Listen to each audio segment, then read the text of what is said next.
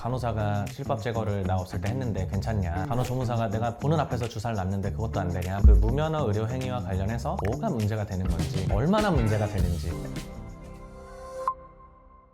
네, 안녕하세요. 의료법 전문 변호사 이혜성 변호사입니다. 오늘은 무면허 의료 행위에 대해서 좀 다뤄보려고 해요. 무면허 의료 행위라고 하면은 아예 면허가 없는 사람이 의료 행위를 하는 경우도 있을 거고, 면허가 있는 사람이 면허가 허용한 범위를 넘어서서 의료 행위를 하는 경우도 있을 텐데요. 기준이 명확하지가 않아요. 그래서 저희 정기자문을 받으시는 원장님들도 그렇고, 원장님들이 이제 지인들이 물어본 걸 대신 물어보기도 하시거든요. 그러면 이제 항상 하시는 얘기가, 우리 간호사가 실밥 제거를 나 없을 때 했는데 괜찮냐? 나 한의사인데 침 놓기 전에 근육 뭉친 데를 좀 우리 직원이 이렇게 마사지를 해줬는데 그것도 문제가 되냐? 간호조무사가 내가 보는 앞에서 주사를 놨는데 그것도 안 되냐? 뭐 이런 질문들을 많이 하세요. 그런 질문들에 일률적으로 답을 드릴 수 없다는 게 좀 아쉬운 점이고, 그래서 이제 오늘은 그 무면허 의료 행위와 관련해서 뭐가 문제가 되는 건지, 얼마나 문제가 되는지, 그래서 어떻게 대처를 해야 되는지를 좀 이번 영상 하나로 좀 잘 끝내보려고 합니다. 네, 그래서 아까 말씀드린 것처럼 무면허 의료 행위는 크게 두 가지로 나눌 수가 있어요. 아예 면허가 없는 사람이 의료 행위를 하는 경우들이 있죠. 뭐 예를 들어서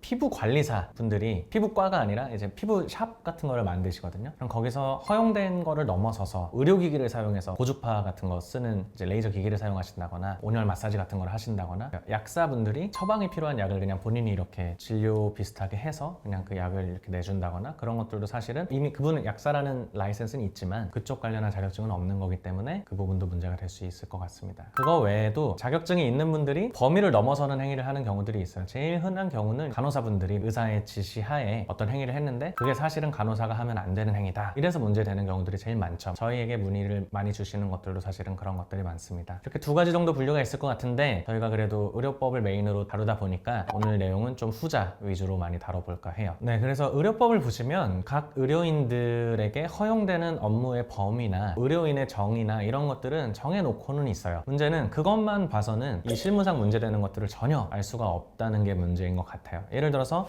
의사는 의료와 보건 지도를 임무로 한다, 뭐 이렇게 되어 있거든요. 간호사 부분을 보면 간호사는 다음 각목의 업무를 임무로 한다라고 해놓고, 나번에 보시면 의사, 치과의사, 한의사의 지도 하에 시행하는 진료의 보조, 이렇게 되어 있단 말이죠. 그러면 이게 의사가 할 수 있는 보건 지도의 범위는 어디까지인가, 간호사의 진료의 보조에 포함되는 범위는 어디까지인가 라고 물어본다면 전혀 알 수가 없다는 거죠. 그래서 이제 실무상으로 문제가 되는 게, 아까부터 계속 말씀을 드리지만 의사의 지도가 없는 경우들도 있고요. 의사의 지도 하에 한다고 하더라도 간호사분들이 했던 행위들이 이거는 진료의 보조를 넘어서서 본인이 의사로서 진료를 한 것과 다름이 없다라고 보게 된다거나, 그런 경우에는 그 행위가 아무리 간단한 것이라고 하더라도 무면허 의료 행위가 성립하게 된다는 것이죠. 그래서 이 부분은 사실은 권장해드리고 싶은 거는 적어도 좀 대법원 판례들을 몇 개라도 살펴보시고 최소한의 가이드라인 정도는 잡아두는 게 좋지 않나 라는 생각을 하는데, 저도 항상 그렇게 생각을 하지만 시간이 없잖아요. 그래서 오늘 영상에서 최대한 좀 많은 내용들을 다뤄볼 수 있도록 하겠습니다. 제가 이 영상에서 뭐 이거는 되고 저거는 안 되고 하는 거를 아무리 말씀드려도 너무 의료 행위가 다양하기 때문에 오히려 그렇게 하는 것보다는 전반적인 이게 문제되는 타임라인을 한번 짚어드리면 좋을 것 같아요. 그래서 보통은 그렇게 되죠. 환자분들이 뭔가 불만이 생겨서, 내지는 정말 의료 사고가 나서 문제를 삼기 시작합니다. 그래서 너 이때 그거 의사가 안 하고 간호사가 했는데 이거 문제되는 거 아니냐, 내가 알아봤더니 문제된다더라, 이렇게 시작이 돼요. 그러면은 어디 검색을 해보시겠죠. 네이버도 쳐보시고 유튜브도 쳐보시고 할 텐데, 그때 저희 영상을 보게 되면 다행이겠지만 인터넷에 너무 잘못된 정보가 너무 많아요. 이거는 된다, 저거는 안 된다. 근데 제가 봤을 때는 반대인 경우들도 너무 많고, 그래서 제가 하나 권장해드리고 싶은 거는 변호인을 꼭 선임하시라는 게 아니라 적어도 상담은 한번 꼭 받고 대응 전략을 잡으셔라 라고 말씀을 드리고 싶은 게, 무면허 의료 행위는 제가 지금까지 많이 찍었던 의료 광고나 체험단 같은 것들과는 처벌의 수위를 굉장히 달리합니다. 그래서 형사처벌 기준도 굉장히 높게 되어 있고요. 무면허 의료 행위가 수차례 반복됐다고 하면은 실제로 징역형이나 징역형의 집행유예가 나오기도 합니다. 그래서 아시겠지만 무면허 의료 행위를 가지고 집행유예가 나온다거나 이렇게 되면은 의사 자격 자체가 날아가기 때문에 굉장히 무거운 처벌이라고 할 수 있고요. 그렇게까지 나오지 않고 벌금 내지는 뭐 기소유예만 나온다고 하더라도 여기에도 행정처분이 딸려가요. 무면허 의료 행위를 한 사람한테도 3개월, 그리고 그걸 시킨 사람한테도 3개월. 뭐 이게 자격정지, 영업정지 조금 기준이 다르긴 한데, 저희가 광고 같은 거 지금까지 영상 찍으면 항상 한 달 정도 영업정지 나간다, 그래도 큰일이다, 이런 얘기를 했잖아요. 이건 3개월입니다. 그래서 기소유예를 받아서 절반으로 깎더라도 한 달 반. 사실 한 달 반은 좀 쉽지 않아요. 한 달짜리는 저희가 어떻게든 막 해서 기소유예를 받아내서 2주로 줄이고 2주면은 뭐 좀 뭉개다가 여름 휴가 한번 갔다 오시죠 뭐 이렇게 하는데 한 달 반 휴가를 갈 수는 없거든요. 그러니까 이거는 무죄가 되냐 안 되냐가 정말 중요한 무대라고 보시면 될 것 같고, 그렇기 때문에 더더욱 초기에 어떻게 대응하는지가 굉장히 중요합니다. 알겠고, 그러면 내가 이제 우리 병원에서 참고하게 사례라도 몇 개 얘기를 해봐라 이렇게 요구하시는 분들이 있을 것 같아요. 그래서 많이 있을 법한 사례들을 몇 개 추려왔는데요. 같이 한번 보시면 좋을 것 같아요. 피부샵에서 이거 의료기기 아니에요, 미용기기로 허가받았어요 하면서 막 고주파 시술 같은 거 하고 마사지 하는 경우가 있어요. 근데 이게 미용기기로 허가를 받았다고 해서 의료기기는 아니다 이렇게 보는 건 아니거든요. 그러니까 의료기기법에서 의료기기로 허가받은 것들이 있고, 그게 아니더라도 우리가 생각하는 의료기기의 요건을 충족하면 이거는 미용기기로 허락을 받았지만 의료기기다 이렇게 보는 경우들이 있어요. 의료기기를 의료인도 아닌 사람이 활용해서 이제 피부 시술 같은 거를 하게 된다면 그거는 무면허 의료행위가 되겠죠. 물론 그거 외에도 여러 법들 위반이 함께 적용되기는 합니다. 두 번째로는 치과 의사의 입회 없이 간호조무사가 치과 의사의 지시에 따라서 문진을 하고 시진, 타진을 한 다음에 엑스레이 촬영하고 환자에게 증상과 처방을 설명한 경우. 근데 이거는 좀 제가 봐도 좀 과했던 것 같아요. 의사가 없이 모든 걸 다 한 거니까. 반대로 또 비만 치료를 위해 내원한 환자한테 주사를 시술하는 과정에서 의사가 환자의 복부 및 팔부 위에 주사 부위를 그린 다음에 일부는 본인이 시술하고 나머지는 간호조무사에게 시킨 경우. 이것도 사실은 내가 다 했고 그냥 옆에서 주사기 누르기만 하면 되는 건데 뭐 이게 그렇게까지 대단한 일이냐라고 생각하실 수도 있지만, 간호조무사가 주사를 놓는 행위는 이제 일반적으로 금지된다고 보기 때문에 문제가 됐던 사안이고요. 한의사가 의료인이 아닌 본인의 직원에게 목 디스크 환자의 목 부분을 이렇게 마사지하게 한 경우, 치과 의사가 간호조무사에게 수술 후에 실밥 제거를 하게 한 경우, 뭐 이런 경우들이 전부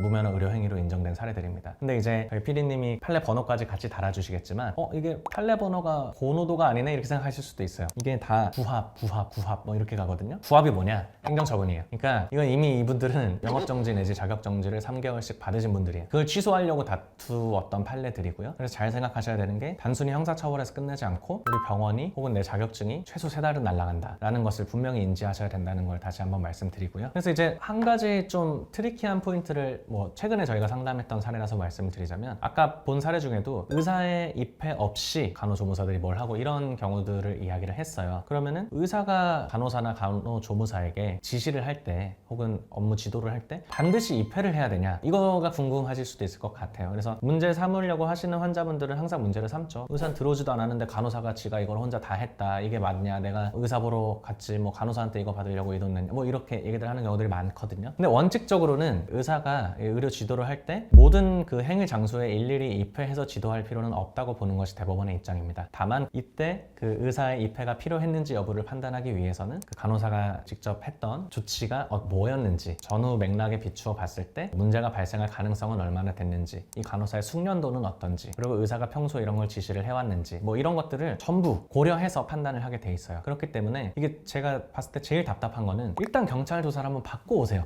내가 일단 받아보고 문제 된다 싶으면 그때 가서 변호사를 구해야겠다. 경찰 조사를 한번 받고 나서 그 뒤에 변호사를 대동해서 말이 바뀌면 어떠세요?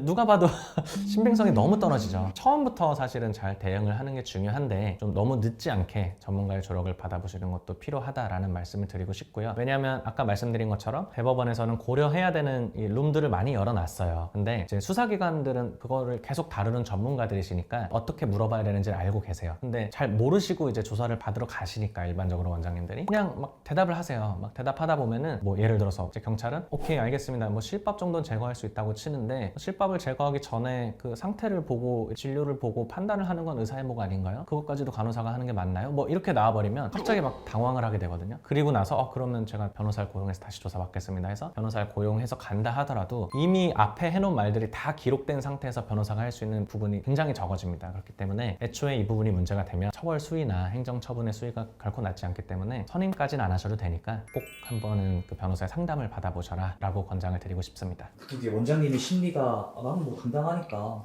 그래서 솔직하게 말하면 되겠지 이런 게 많으실 것 같아요. 맞아요. 근데 경찰이 본인의 편이라고 생각하시는 게 가장 큰 오산입니다. 본인이 조사를 받으러 갈 때는 보통 그래요. 경찰 조사가 아주 특별한 사정이 있지 않은 이상은 고소인 조사를 먼저 합니다. 고소인 고발인 조사를 먼저 하고 그 다음에 이제 피의자를 부른단 말이죠. 그러면 이미 이 경찰은 어쨌든 맨날 직업상 범죄자를 보는 입장에서 고소인이 와서 본인의 힘든 점, 뭐 아픈 점, 잘못된 점을 다 얘기하고 그걸 듣고 정리한 뒤에 당신을 만난단 말이죠. 그러면은 인상이 좋을 수가 없어요. 근데 거기서 난 결백해, 그러니까 하늘이 알아줄 거야, 아무도 알아 네, 뭐 저는 그거는 너무 용감한 태도가 아닌가라고 생각을 하고요. 가능하면 병원이 걸려있고 자격증이 걸려있는 사안에서 그 용기를 많이 내실 필요는 없지 않나라고 생각이 듭니다. 그래서 저희 도와도 좋고요. 다른 것도 좋고요. 의료 관련한 사건에 충분한 경험이 있는 변호사님들을 통해서 적어도 내가 이런 일로 문제가 되는데 가서 어떻게 답변을 하면 좋을까요? 하는 정도의 조언은 구해보시고 가는 편을 권해드립니다.